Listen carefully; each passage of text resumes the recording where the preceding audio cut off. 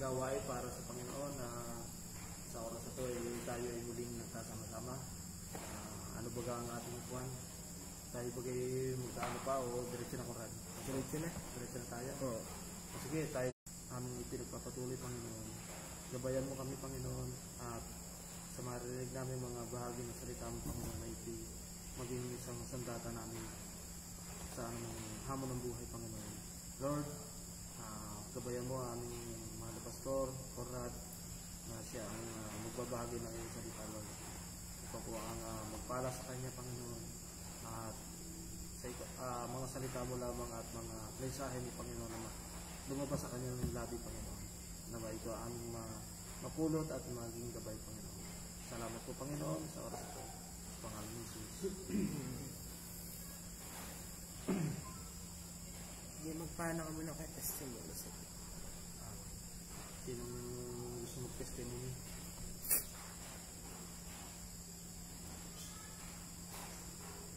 Gusto testimony pa? Gusto pang rat? Sige. Ikaw, Angel, anong testimony mo?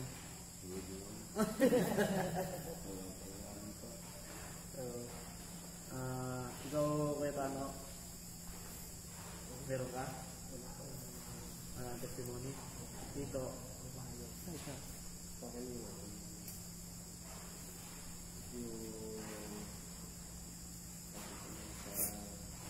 ito lang yung sa akin yung nakilala kayo. Yung sa araw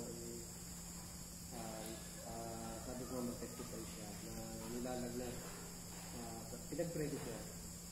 Talagang naglalaglat siya. Yung bagang nakapagbigkas ako ng talaga ng yung prayer sa kanya na talagang gumaling. Ang time yun, hindi ko ba kumaano yung pinag-pray ko siya. Alam mo yung time yun, napasok siya. Pagsuka niya, ayun, gumaling yung kanyang kataw, yung kanyang pakaramdam. Sabi ko nga Matt, yan, pinagaling ka na ninyo. Sabi ko, mag-testify ka na yan. Sabi ko, pati ako na, yung bagang biglaan prayer, talagang pinag-pray ko lang ang bata. Kasi time nyo, biglang gusto makapagad yung mata sa mata kong kasi hindi naman ako talaga na nilalagnat ko ng ang sakit lang nung kaya nyo. Nung lumaki, hindi na kaya. Kaya pinag-pray ko ulit pinag. Time nyo ay pagkano suka siya, yung pagkasuka niya yung nawala ang kanila. Salamat sa mga tayo. Napakabisa yung prayer ko. Yun. Talagang mabuti yung Diyos at ng pagkurin. Pag lagi ka na nanalangin, talagang kung ikaw sa kanya, hindi ka pababayaan. Hindi tayo i-chapwera ka kasi alam niya na tayo lagi na sa kanya. Ikaw, Pastor Martin, ano natin? Dahil ko pala. Kasali ka na rin na. Ako po yung lagi kong pinagano. Dito yung sa, yung bali ko. Kumbaga talagang patuloy yung lakas na laging may healing. Noon dati, kanto-kanto hindi ko siya ay taas, ngayon, nagagamit na ako, nakapagmukot na, ayun pinagpapasalamat ko sa Lord. At saka yung sa family naman po is, talagang yung provision ba? Kasi ditong nakaraan talagang gastos po kami. Maging sa bill sa kuryente, lakas. Oo, talagang. Ang taas po ng bill At yun po, yung provision ng Lord, ay kakalog. Ayun po. Ano pa naman sana, salamat na sa Panginoon dahil hindi ka nakakibigay ka ganyan ka, tuloy pa rin yung buhay mo, hindi ka nasisiraan ng doon. Ay sasuggest ko pa naman sa amin ng una, dahil yan sa Cavite. Naalala ko, nag-iinig lang pala, baka hindi kami talagang doon. Diba, may bulong yun. Kaya sabi ko, baka hindi tumalab sa amin yun. Kasi, balik pati yun. May paniniwala natin. Gagaling ka, pero may balik. Oo, kaya hindi ko na-sinabi. Alam ko, sabi ko, yun ang dami napunta doon. Oo, nagdadala ko dati doon. Nagdadala ko dati doon. Nakapagdala na ako doon, ilang beses na eh. Tapos andar ka ng nag-scrap na. Ay, yung scrap ko na, kaya sabi ko hindi ko pwede. Lumatik ka Ako na. naman, dinadala ko, hindi naman ako lipat. May kilala sa akin, daligaro doon. Talim mo na. Wala yun. Eh, siyempre, mahirap na. Kung dahil natin naniniwala, mahirap na. Kaya katulog na lang. Natural.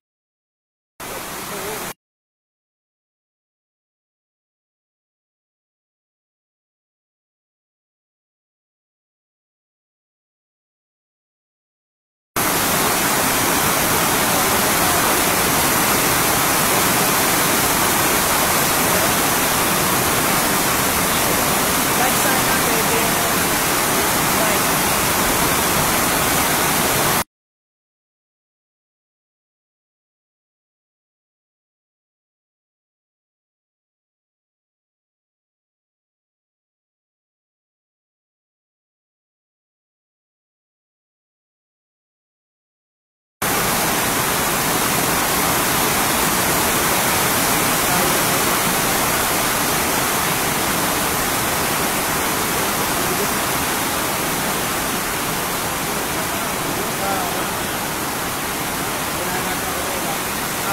Ayan na. Ilan na parking.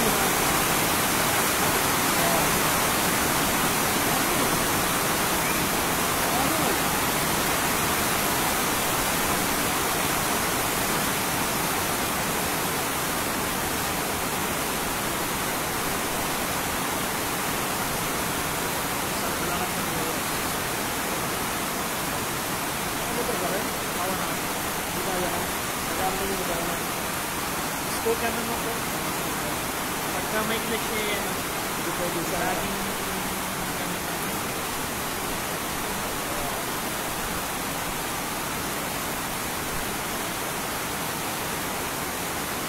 Para ng ulan yun.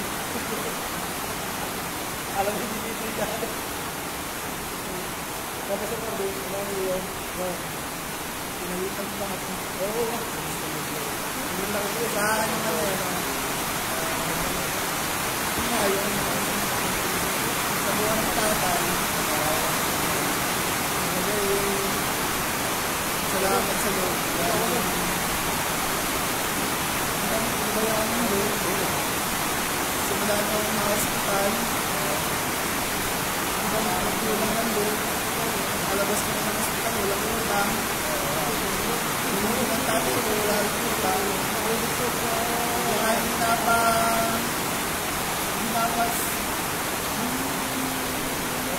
daughter na ibibigin ka tatay ko na hindi nagalaw.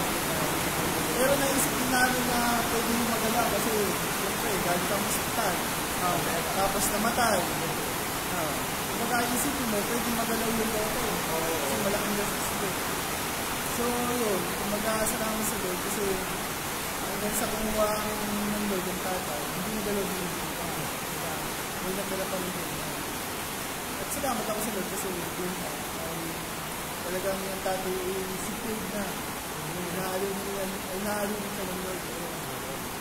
At sa buhay naman ng nanay, talagang inaaliw niya dadalang hati. Yung comfort, siyempre yung asawa niya. Kaya yun, salamat sa Lord kasi pagamat ang hirap pala pagka nalagasan mo sa pamilya. Dama namin eh. Oo, kasi sabi nga namin, iba pa rin yung naandyan kahit kung sabihin iskop yan. Oo. Nung may nakikita ko ng magulang, kahit kung sabihin wala yung trabaho, kasi naandyan. Oo. Eh, yun, talaga naandun yung comfort ng Lord. Nagulat na ako nung Sabado nagkaroon tayo dito. Rad, nung tayo nagkaroon dito. Sino ba ka nagsishare nung conference sa Bishop Lata? Kailan? Nung isang Saturday na para sa adult. Sa adult. Yung Saturday? Adult camp? Adult camp. Parang umupo si Kuya, nakita ko sa kabang ng aking mga anak, umupo. Nakaputi. Diba, nakaupo si Nasaan? Parang dumalaw siya kasi parang makaisip mo bakit siya. Wala naman siya tinurli. Ilas ko kami namin. Ano po? Pero ano lang, parang Kasi lagi ko siya nakikita na umuupo, umuupo Sa- pero siya hindi umuupo, hindi ko dito sa tapat. Sabi ko, ako po naman. Kala ko nga katabi ko lang. Sam. So, pero okay din sa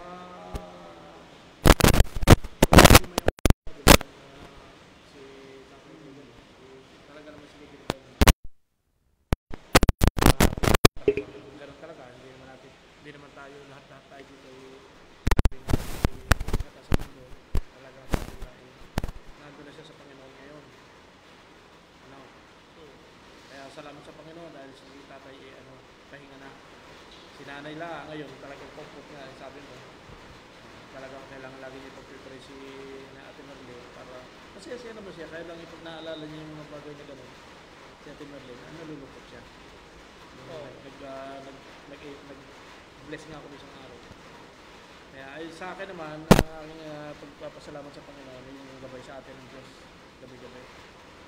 Dahil siyempre, bago ka matulog o sa umaga, pag-gising, kailangan mo mag-pray o mag-puri sa Diyos.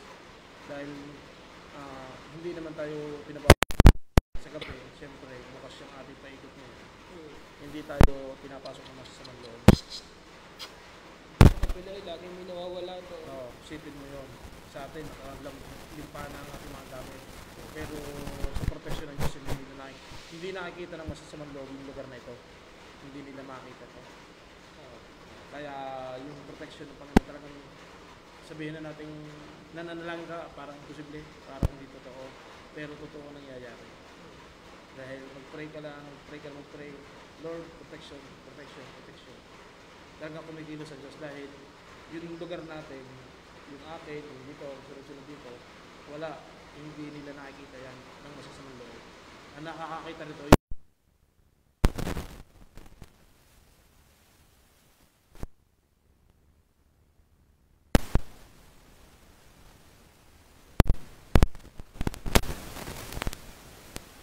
hindi naman sasabihin natin establish sa mga bahay. Pero din, ganda din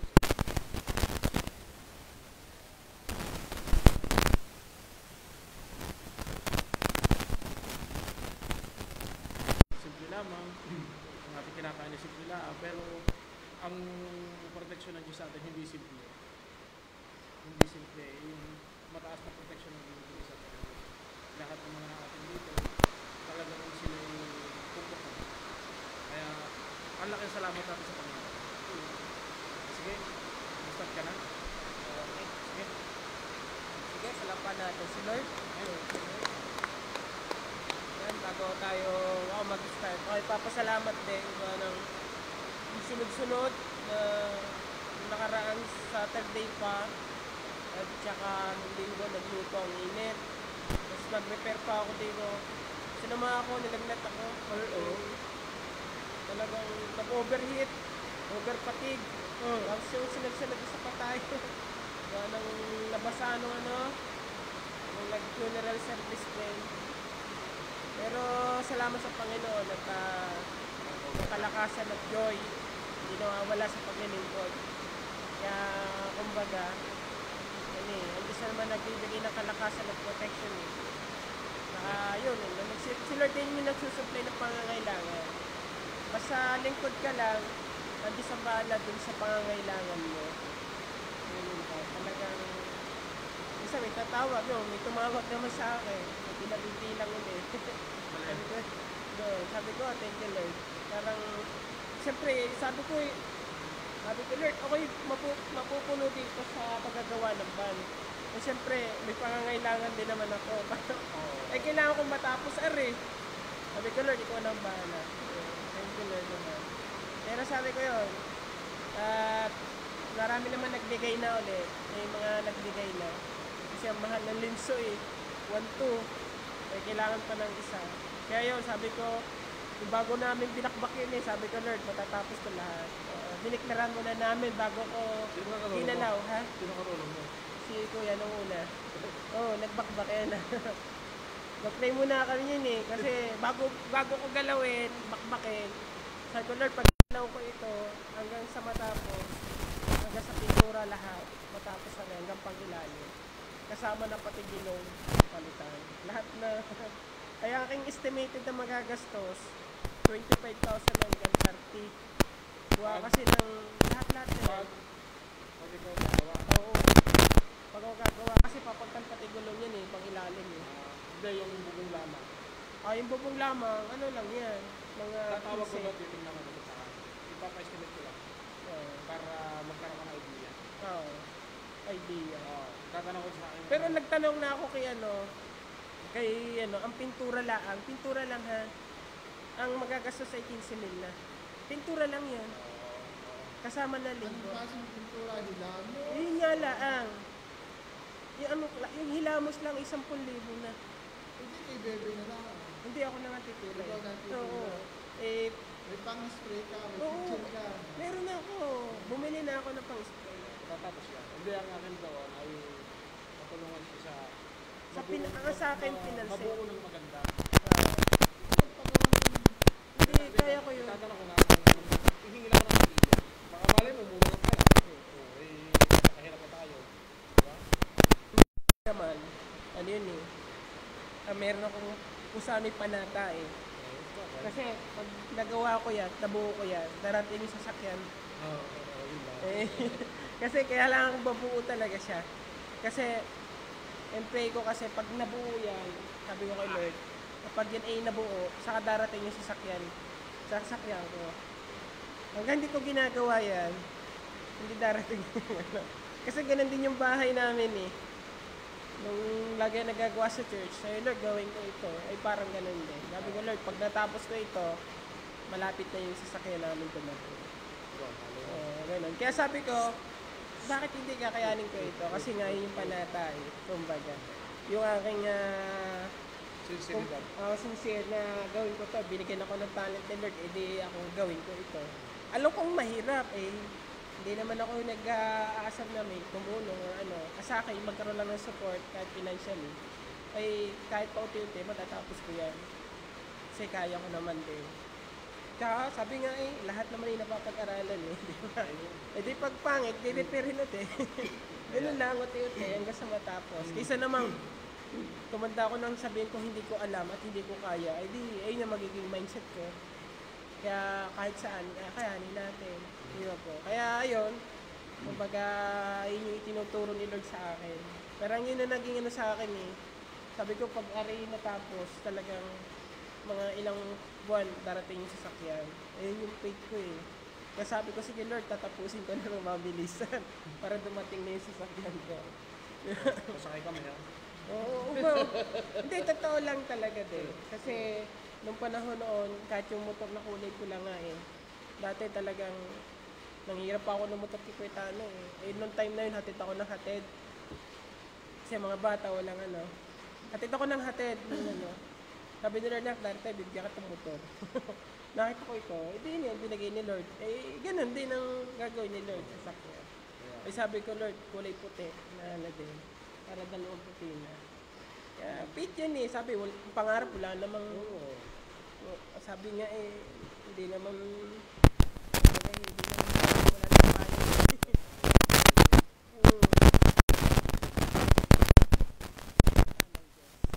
At ganun din, line din, sa share ko din, ito yung na-share ko na rin kagabi sa, isang gabi? Kagabi nga. Doon sa card. Pero meron ako mga nakita dito na ibang kultos na may kukonek natin sa oras na ito. Tayo manalangin. Panginoong Isus, salamat po sa gabing ito, Lord, sa prayer meeting. Panginoon, ng katatayan, Panginoon. Dalangin namin ang iyong kapangyarihan, Lord, ay patuloy, Lord, na ito ay kikilos at mangunguna. Panginoong Isus, salamat po sa gabing ito. Samahan niyo po kami, Panginoon, at dalangin namin ang inyong kapangyarihan ay isa sa amin. Salamat, Panginoon. Sa iyo po namin binibigyan lahat ng patuloy na papuri, Lord, pasasalamat sa pangalan mo, Panginoong Jesus. Jesus' name, Lord. Amen. Kaya yun, ayun lamang at napakabuti ni Lord. Amen. Kaya pag may pinapagawa ni Lord ay gawin lang natin. Sabi nga sumunod ka muna bago ka magsuway. Sabi sa sundalo. Kasi siyempre tayong mga tao, marami tayong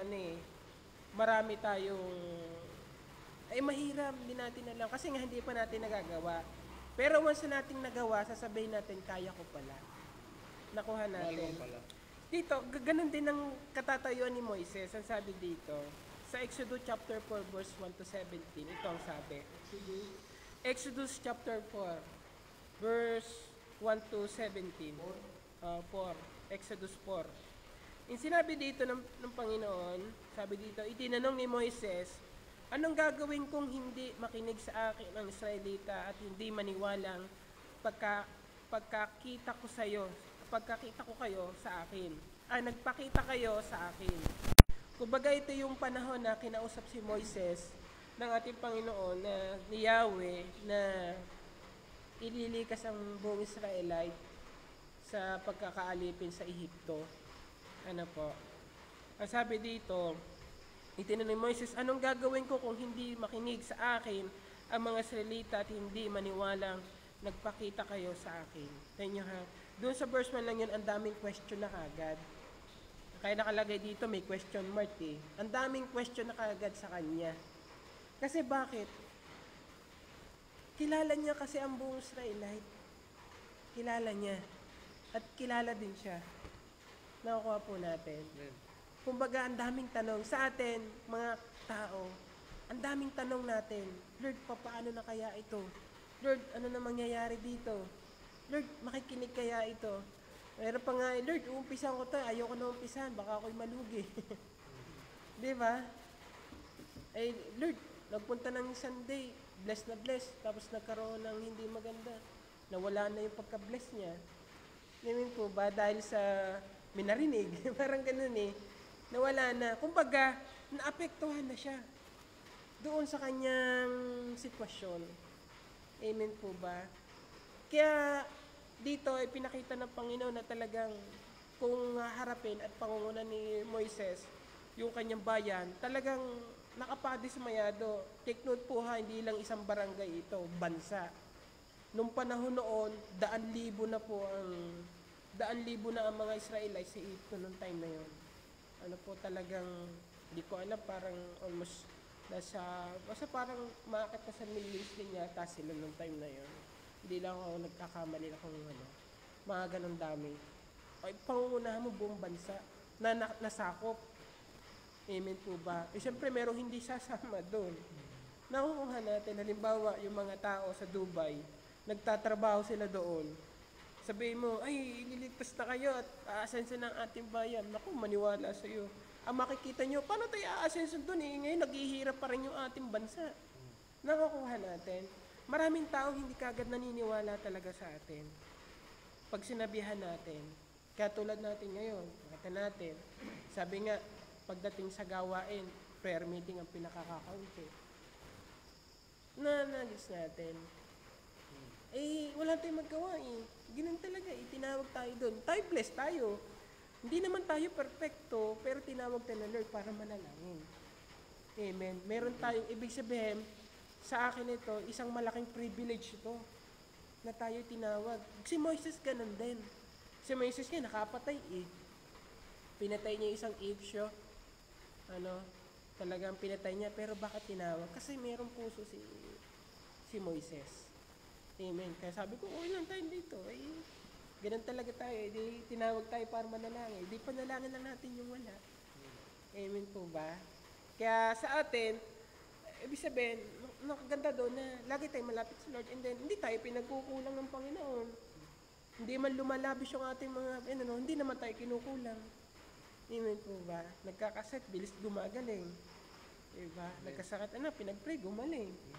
Diba? Nagkasakit, ang laking gagastusin bago gumaling. Di ba po? Amen po ba? Hindi naman tayo ginugutom.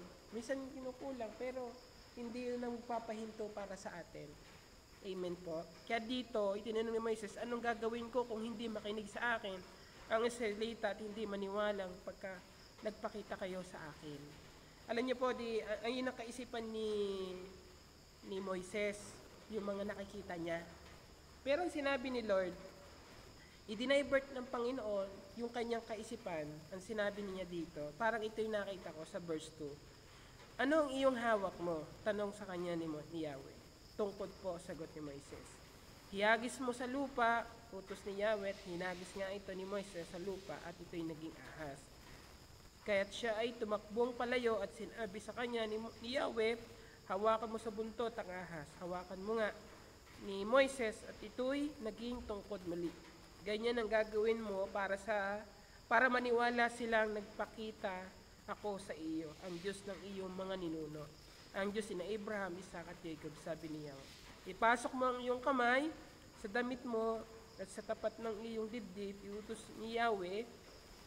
Gayon nga ang ginawa ni Moises at nang ilabas niya, ito'y nagkaroon ng sakit sa balat at na parang ketong nakasimputi ng niebe. Ipasok mo uli, utos ni Yahweh at sumunod naman si Moises.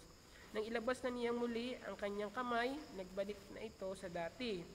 Sinabi ng Diyos, kung ayaw ka pa nilang paniwalaan sa unang kababalaghan, malamang na paniniwalaan ka na nila sa ikalawa. Kung ayaw pa rin nilang makinig sa iyo, kumuha ka ng tubig sa ilog Nilo at ibuhos mo sa lupa at ang tubig na iyon ay magiging dugo. Sinabi ni Moises kay Yahweh, Panginoon, sa mulat mula pa hindi po ako mahusay magsalita. Bagamat nangungusap ka na sa akin, hanggang ngayon ipautal-utal pa rin ako kung magsalita. Sinabi ni Yahweh, sino ba ang gumawa sa bibig ng tao? Sino ba ang may kapangyarihan para maging bingi o pipi ang isang tao? At sino rin ba ang nagbibigay ng paningin at nag-aalis nito? Hindi ba akong si Yahweh? Kaya nga lumakad ka na at tutulungan kita sa pagsasalita at ituturo ko sa iyo ang iyong sasabihin. Amen. Sabi ni Lord, kumbaga i-deny birth niya ni Lord ni Yahweh. Ito yung gagawin mo. Kasi ang lagi nakikita ni Moises yung kanyang kahinaan. Diba? Minsan ganun tayong tao Kahinaan. Yung tinanong, ano ba yung hawak mo? Ang tanong, ano ba yung hawak natin? Ngayon, kung wala kang pinangahawakan, mahirap ka talaga. Ang sabi nga sa isang kasabihan, hindi daw mahirap sa isang tao yung taong wala kang hawak na pera. Ang pinakamahirap daw sa isang tao yung wala kang pangarap. Kasi hindi ka makakakilos kasi wala kang pangarap Walang magpupush sa iyo. Alam naman natin, ang salita ng Diyos, punong-puno ng pangarap. Punong-puno ng tawag dito, ano bang tawag doon? Na mga promise ng Panginoon. Amen po ba? Ang salita ng Diyos ay punong-puno ng promise, punong-puno ng pagliligtas ng Panginoon. Ngayon, kung wala kang salita ng Diyos, ano nga naman magiging hawak natin? Wala tayong maikikilos. Nakuha po natin. Kaya sa atin, sabi nga, hindi mahirap ang wala kang pera Ang mahirap talaga yung wala kang pangarap. Yung mga walang di pa nakakakilala sa Panginoon, ay tayong may kakilala na sa Diyos. Abay, kung sa titing natin, advantage tayo. Di ba? Kasi may Diyos tayo Oo, mayaman ka pinansyal. Pero ang tanong, ang Diyos pa ay sumasa iyo. Meron nga nagtanong sabi, bakit daw ibang mga bansa na walang kinikilalang Diyos mayaman? Ayun nga nakakatakot Diba, pating Europe, walang Diyos sa kinikilala yung mga yan. Pero mayaman sila. Bakit ang yaman ba ay masasabing nandun ang diba? Nga nakakatakot Kaya nga nung dumating ang sumpa at gunaw sa Sodom and Gomorrah, napakayaman ng Sodom at Gomorrah. Na dumating ang dumating ang gunaw. Sagana Sabi nga nung panahon na dumating sabi nga sa Bible, yung panahon na dumating ang baha, ang mga tao nagiinuman, nagsasayawan, nagsasayahan, nagkakainan, kaliwat kanin ng pestahan. Parang ganun Hindi nila alam, darating niya pala yung baha. Ganun din ng Sodom at Gomorrah. Amen po ba? Kumbaga mga tao, na-focus na sa kanilang sarili. Amen po ba? Pero ito, ang tinitingnan nila talaga na hindi lang titingnan natin yung meron tayo o yung wala tayo, kundi ang tinatanong dito, ano bang hawak na meron tayo? Kasi siya yung magiging daan ng Panginoon para meron tayong kapitan para sa pagliligtas ng Panginoon. Ang pinupunta ng salita ng Diyos dito ay yung pagliligtas.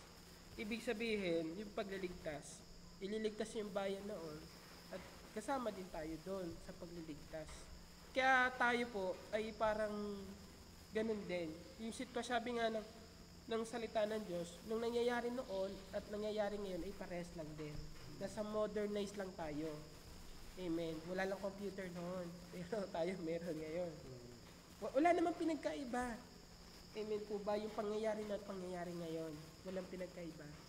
Yung Diyos noon, Diyos din ngayon, at Diyos din sa magpakailanman. Ibig sabihin, sino ba si Moises at sino ba tayo? Amen po ba? Si Moises nga, nakapatay eh. Tayo may napatay na ba? Di ba wala? Ibig sabihin doon, pinakikita natin na may pagkapantay tayo nila. Pero ang pagkakaiba nun, ano bang meron kay Moises? At ano bang meron sa atin na gustong mapili ng Diyos? At bakit si Moises inapili ng Panginoon? Yun ang tanong dun eh. At tayo, gusto ba natin na tayo ay mapili din ng Diyos para sa kanyang habag? Amen. Tuloy ko lang muna yung basa bago natin pag-usapan. Sabi dito, sinabi ni Yahweh, sino ba ang gumawa ng bibig ng tao? Kumbaga, sinabi ni Lord dito, sino bang gumawa ng lahat? Di ba siya? Pero sabi niya dito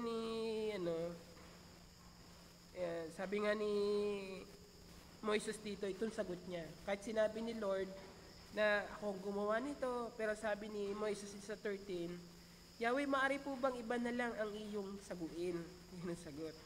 Sagot ni Moises. Dahil dito, nagalit si Yahweh kay Moises. Sinabi niya, hindi ba kapatid mo ang Levitang si Aaron? Alam kong mahusay siyang magsalita, darating siya at makikipagkita sa iyo. Matutuwa siya sa pagkikita ninyo. Kausapin mo siya at sabihin mo ang lahat ng dapat niyang sabihin. Tutulungan ko kayo sa pagsalita sa iyo. Iyo dapat gawin. Siya ang magiging tagapagsalita mo sa mga tao. Ikaw ang magiging tagapagsalita ng Diyos na magsasabi naman sa kanya kung ano ang sasabihin niya at dadalhin mo.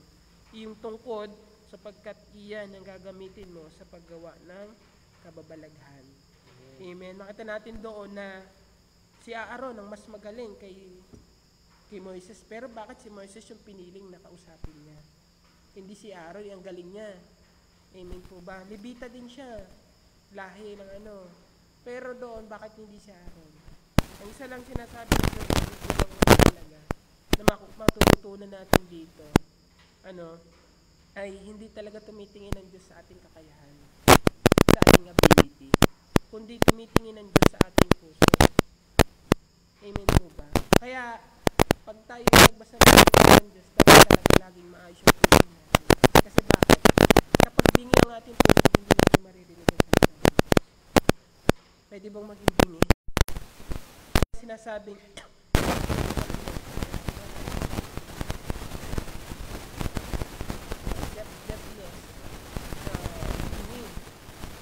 tayo, nakakarinig tayo. Pero pag spiritually deafness ka, hindi mo marinig ang salita ng Diyos. Ay makakarinig lang yun kapag tama yung puso. Tingnan mo yung mga batang matigas ang ulo at